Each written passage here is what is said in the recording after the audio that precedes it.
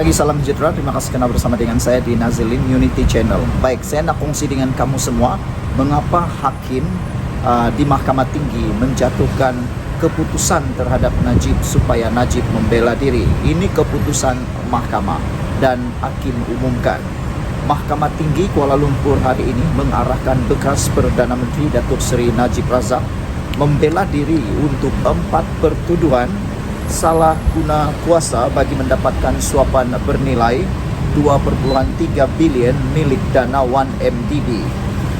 Mahkamah Tinggi hari ini mendapati semua 25 tuduhan terhadap Najib Razak melibatkan 2,3 bilion dan 1MDB. Dana 1MDB adalah sah dan betul dari segi undang-undang.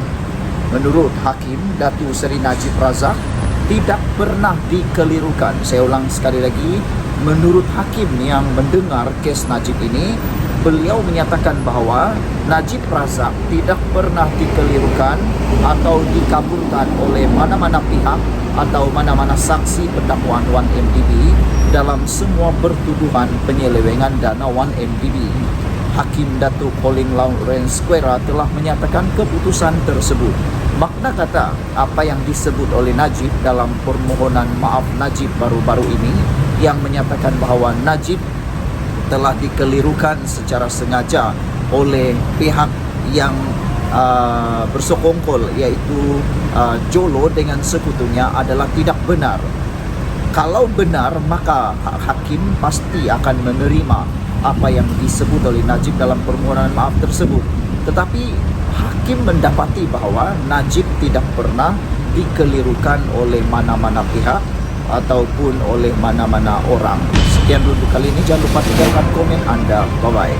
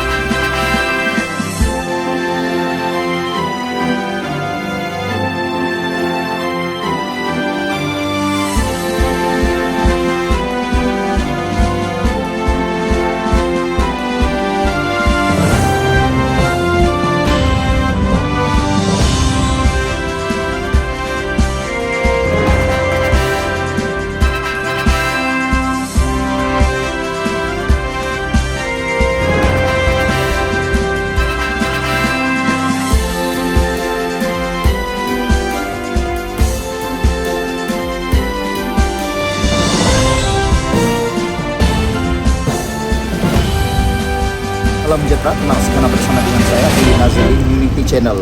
Pagi ini keputusan terakhir berkait dengan sama ada Najib bersalah atau tidak akhirnya diketahui.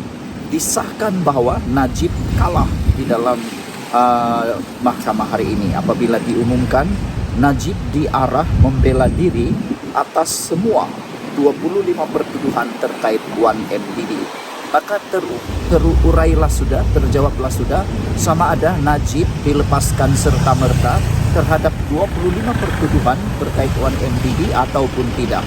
Malang bagi Najib kerana di saat beliau sudah memohon maaf berkait dengan 1MDB baru-baru ini, beliau tetap diarah untuk membela diri. Bagi mereka yang tidak tahu tentang kes ini, sebenarnya apabila seseorang itu diarah untuk membela diri, maka kes itu disahkan mempunyai prima facie ataupun mempunyai kes, atau dengan kata lain boleh dibicarakan kerana terdapat perkara yang mungkin boleh dipertikaikan di mahkamah. Jadi dengan ini, adakah Najib akan masuk lagi penjara? Kita akan ketahui selepas dia membela diri. Selepas 6 tahun setengah perbicaraan, barulah Najib mendapat keputusan tersebut. 25 pertuduhan, semuanya tiada satu pun yang berjaya Najib terlepas. Najib Razak hari ini diperintahkan untuk membela diri atas 4 pertuduhan salah guna kuasa dan 21 pertuduhan penggubahan wang haram membabitkan 2,27 bilion ringgit dana 1MDB. Mahkamah Tinggi Kuala Lumpur telah pun memutuskan bahawa pihak pendakwaan berjaya mewujudkan prima facie terhadap bekas Perdana Menteri dan Menteri Kewangan terbabit. Kes itu didengar oleh Colin Lawrence Sequeira yang kini merupakan hakim di Mahkamah Rayuan.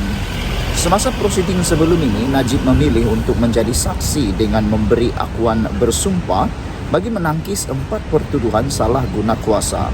7 hari lalu, Najib mengemukakan permohonan maaf kepada orang ramai atas penglibatannya dalam skandal 1MDB. Bagaimanapun, Najib mengekalkan pendirian bahawa dia tidak bersalah. Semasa prosiding mahkamah terbuka hari ini, Najib berkata dia akan memberi akuan bersumpah dari kandang saksi. Apa komen anda untuk kes kali ini? Adakah Najib akan bersalah lagi ataupun Najib akan dapat dilepaskan? Tapi yang pastinya Najib kini diarah membela diri atas semua 25 pertuduhan berkait dengan 1MDB. Semoga dengan keputusan ini akan memberikan kepuasan hati kepada orang-orang yang mahukan keputusan seperti ini, dan semoga ia juga akan membuka peluang kepada orang lain juga untuk memperdebat. Tinggalkan komen anda. Kita jumpa lagi. Bye-bye. Salam sejahtera. Terima kasih kerana bersama dengan saya di Nazilin Unity Channel. Ini satu lagi perkembangan terkini, keputusan terkini tahanan rumah Najib dan juga berkait permohonan maaf Najib. Menurut laporan ini, ahli Parlimen Bukit Gelugur menyatakan bahawa tahanan rumah tak boleh terpakai untuk Najib. Bagaimana pula itu berlaku? Ikuti terus ulasan kali ini. Kerajaan digesa memberi jaminan bahawa langkah pelaksanaan tahanan di rumah kelak tidak akan terpakai untuk kes-kes berprofil tinggi seperti melibatkan bekas Perdana Menteri Datuk Seri Najib Tun Razak.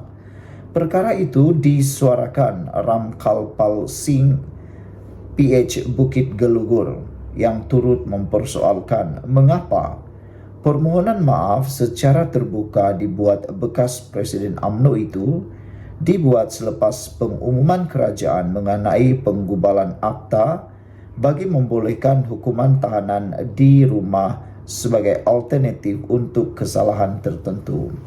Beliau berkata setelah 5 tahun kes tersebut dibicarakan dengan 50 saksi memberi keterangan, permohonan maaf tersebut dilihat sebagai tidak relevan.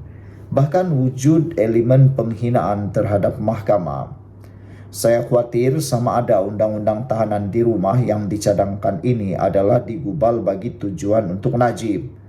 Sekiranya ia digubal bagi Najib, kita perlu faham bahawa kesalahan yang beliau disabitkan masa dahulu adalah kesalahan yang amat besar yang telah menjejaskan halat 7 negara kita ini. Jadi saya berpendapat bahawa tahanan di rumah tidak boleh dipakai atau terpakai untuk kes-kes seperti yang melibatkan Najib. Dan saya mahu agar kerajaan beri satu jawapan sama ada ia akan terpakai bagi tujuan tersebut, katanya ketika sesi perbahasan Rang Undang-Undang Perbelanjaan Belanjawan 2025 di Dewan Rakyat pada Selasa.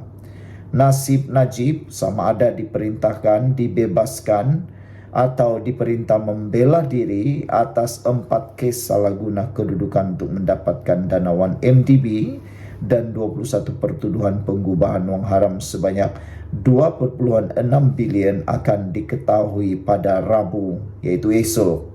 Jika mahkamah mendapati pihak pendakwaan berjaya mewujudkan kes prima facie, maka bekas Perdana Menteri itu diperintah untuk membela diri. Bagaimanapun, sekiranya pendakwaan gagal menimbulkan prima facie, beliau itu akan dibebaskan serta-merta. Dalam pada itu, Ramkalpal Singh turut mempersoalkan sama ada Najib akan dikenakan sebarang tindakan atas kesalahan menghina mahkamah susulan permohonan terbuka baru-baru ini. Beliau juga mempersoalkan sekiranya permohonan tersebut akan mengganggu proses keputusan atau proses mahkamah yang dijadwalkan esok. Kita kena ingat bahawa dalam kes ini sudah 5 tahun berlalu, 50 kes telah berikan keterangan. Permohonan maaf terbuka ini mungkin terdapat kemungkinan besar akan takluk kepada prinsip sub judice. Jadi sekiranya seorang itu memberi kenyataan awam berkenaan dengan isu-isu yang dibicarakan dan diputuskan oleh mahkamah, bukankah ia merupakan penghinaan mahkamah? Adakah Najib telah melakukan satu penghinaan mahkamah? Ini perlu diperjelaskan. Sekiranya ya, apakah tindakan akan diambil terhadap beliau? Soalnya lagi. Sekian untuk kali ini, jangan lupa tinggalkan komen Anda.